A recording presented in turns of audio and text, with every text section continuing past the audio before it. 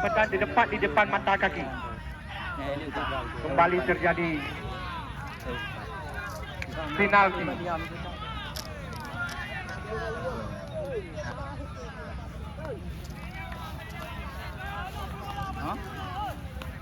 Yang kita lihat, apakah Desa Mancang mampu menyamakan kedudukan? Siapakah yang menjadi algojo penalti?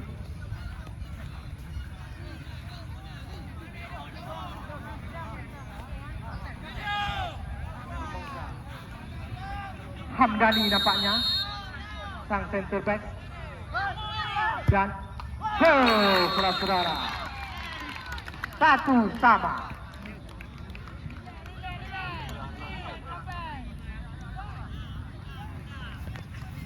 Perhatian wasit, pergantian pemain dari Kampung P. Yang keluar Jailani nomor kostum 3, yang masuk Roji 18.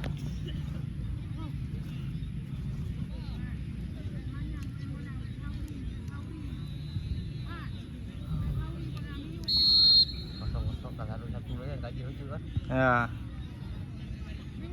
Anam Dalem Mawat kembali Desapi, masih pemain yang baru masuk. Iya, Desapi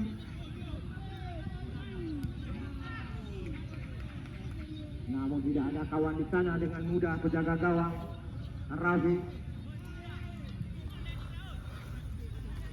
pendek saja. Rahmat,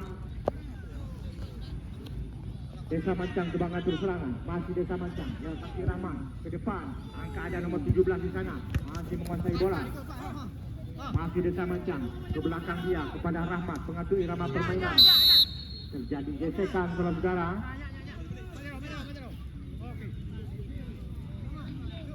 Cepat lah, awak cara baju.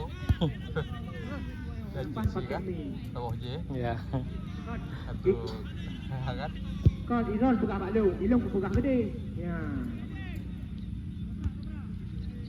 Kan back pegang Pak Long, Ilon pun pegang gede.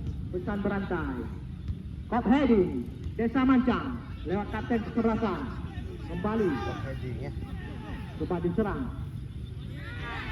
Masih Desa Mancang, pendek saja lewat kaki nomor 9, ada nomor 6. Bola akan dituju. Umpan lambung ke depan. Ya. Nah, tenang saja penjaga gawang Fikri. Tiang bendera Karuba.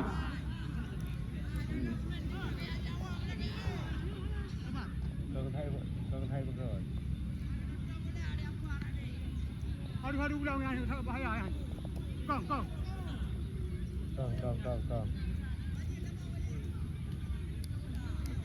Kau buka.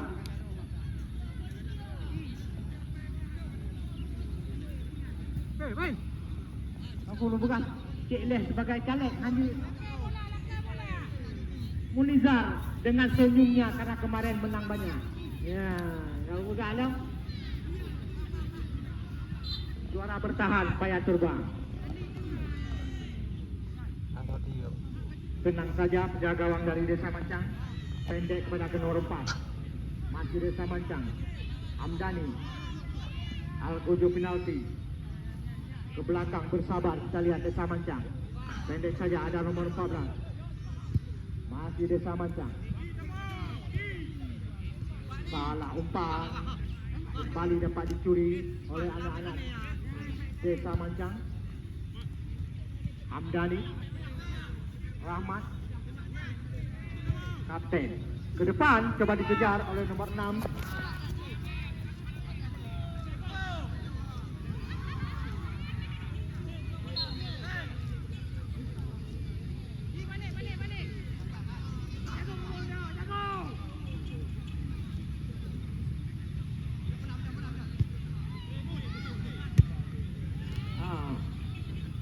Sangkit Langkabu guna menang Sajai saweran dari Cik Lek Toke Sawit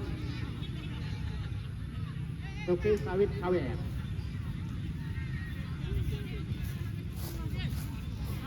Hanya gak laki pulang Pak Long guna. Berah letak bepek gak laki pulang guna. Nanti Ya, kembali Desa Mancang. Apa yang terjadi? Hampir saja.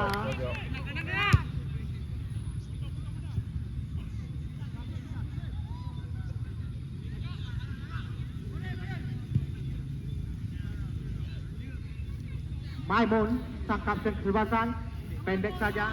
Ada